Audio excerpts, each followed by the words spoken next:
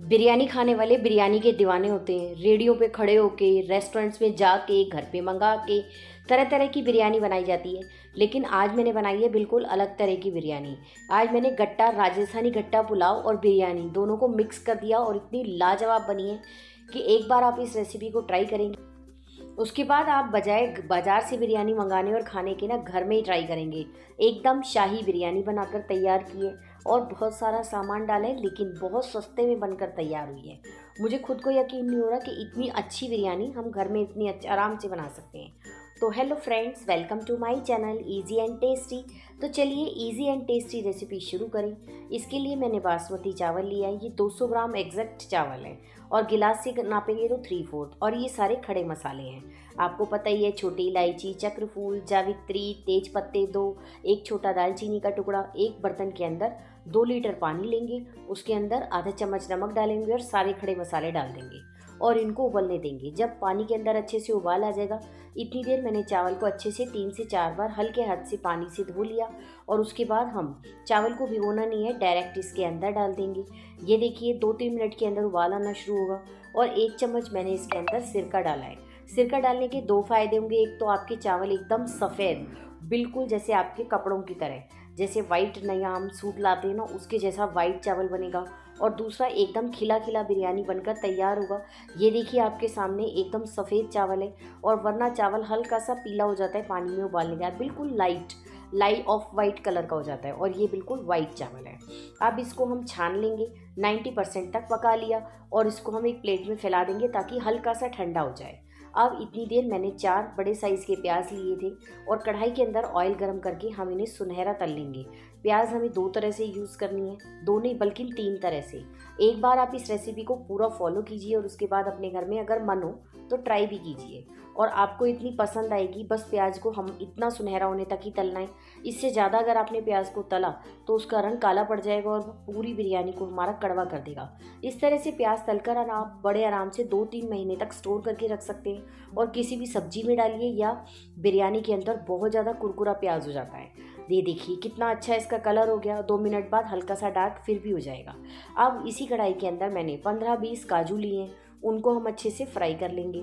इस तरह से छन्नी में फ्राई करने से एक तो ये सारी तरफ से एकसार फ्राई होंगे और दूसरा जलेगा नहीं। काजू भी अगर जल जाए ना तो जो भी चीज़ होती है उसका टेस्ट ख़राब कर देता है। अब ये देखिए काजू हमारा अच्छे से फ्राई हो गया है। इतनी देर अगर आप सबको रेसिपी पसंद आ रही हो तो प्लीज़ लाइक का बटन तो प्रेस कर ही दीजिए।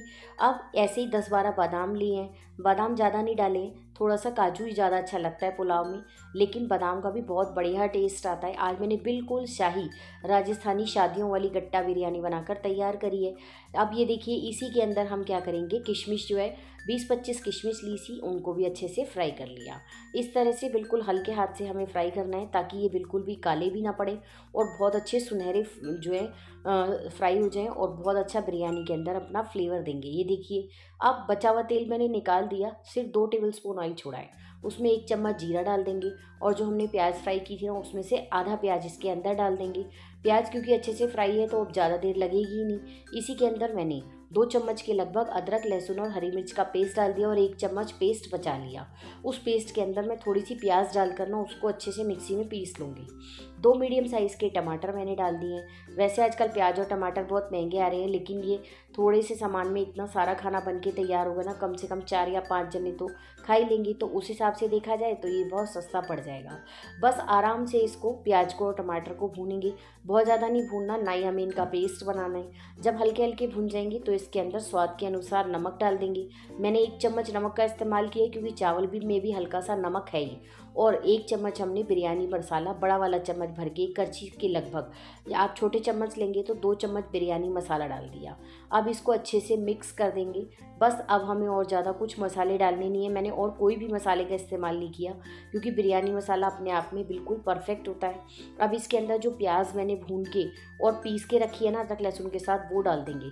इस तरह पीसे हुए प्याज का टेस्ट बहुत बढ़िया आता है। इस तरह सारे मसालों को हम लगातार चलाते हुए भूनेंगे। 1-1.5 मिनट तक तक और भून लेंगे। अब इसके अंदर डाल देंगे गट्टा। आपको याद होगा मैंने गट्टा गरी बनाई थी, तब मैंने आपको बताया था कि हम गट्टे को कैसे स्टोर कर सकते हैं। तो मैंने 1 कटोरी के लगभग गट्टे जो हैं वो ऐसे स्टोर करके रख दिए थे, और आज मैं इसीलिए आपके साथ ये गट्टा बिरयानी की रेसिपी शेयर कर लूँ। और जो सारे काजू बादाम किशमिश हमने फ्राई करके रखे थे वो भी हम इसके अंदर डाल देंगे। सारे मसाले को 1-1.5 मिनट तक अच्छे से चला चला कर भून लेंगे। अब हम इसमें से आधा मसाला निकाल कर साइड में कर देंगे, क्योंकि हम आज कढ़ाई में ही बिरयानी बनाएंगे। कोई ज़्यादा बर्तन नहीं किया आपके सामने, सिर्फ सारा काम मैंने इसी कढ़ाई के अंदर किया है। और तभी मज़ा भी आता है, क्योंकि घर वालों को ये भी ना लगे कि कुकिंग तो की पर सारी फैला दिया, सारी किचन फैला दी। ऐसा कोई काम नहीं करती मैं, बड़े आराम से और धीरे धीरे सारी तैयारी करके करती हूँ, ताकि आपको देखने में भी दिक्कत ना हो और सारे प्रोसेस का अच्छे से पता चले। अगर आप सबको मेरी रेसिपीज़ पसंद आती हूँ तो प्लीज़ चैनल को लाइक शेयर और सब्सक्राइब जरूर कीजिए, और बेल आइकन भी प्रेस कीजिएगा।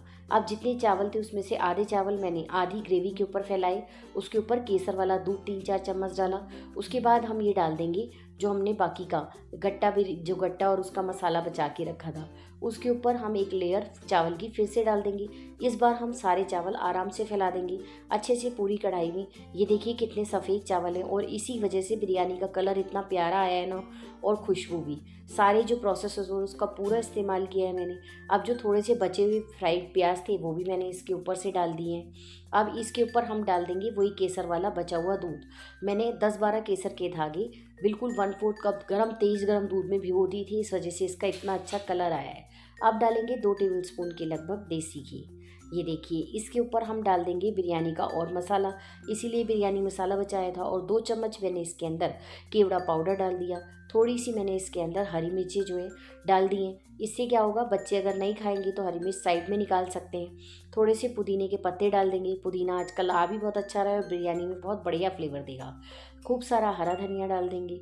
उसके ऊपर से हम डाल देंगे बिरयानी का मसाला। ये देखिए 1 चम्मच के लगभग बिरयानी मसाला है, ताकि ऊपर वाली लेयर में भी बिल्कुल फीकापन ना रहे, तो मैंने बिरयानी मसाला डाल दिया। अब इसके ऊपर फिर से हम 2 टेबलस्पून देसी घी और डाल देंगे।